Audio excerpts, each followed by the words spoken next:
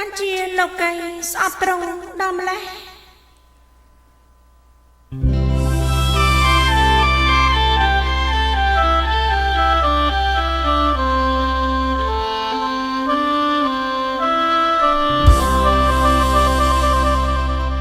មានឈើឆ្កាងដយ៉ាងគួរឲ្យស្បាដែលលងកៃបាស្អប់ដល់ម្លេះនៅកាលវារីទីដែលព្រះព្រេថ្វាយអង្គទ្រង់នេះជាបជាយ៉ាញ់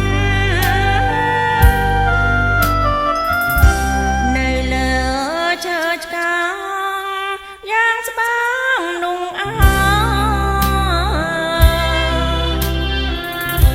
ដែលព្រះសំដាយក្តីស្រឡាញ់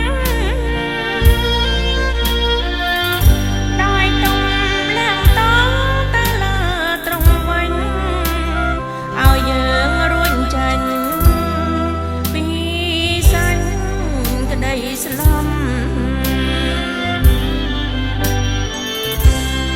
អោ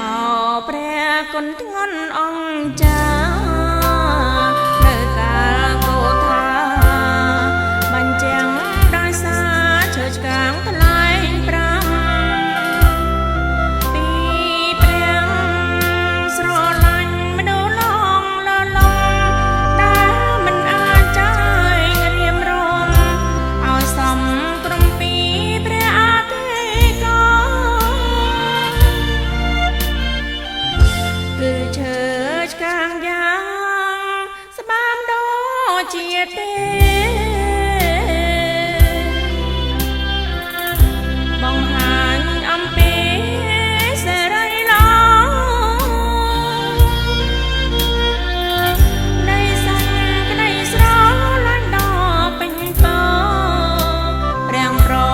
ទានមកដល់មនុស្សគ្រប់គ្នា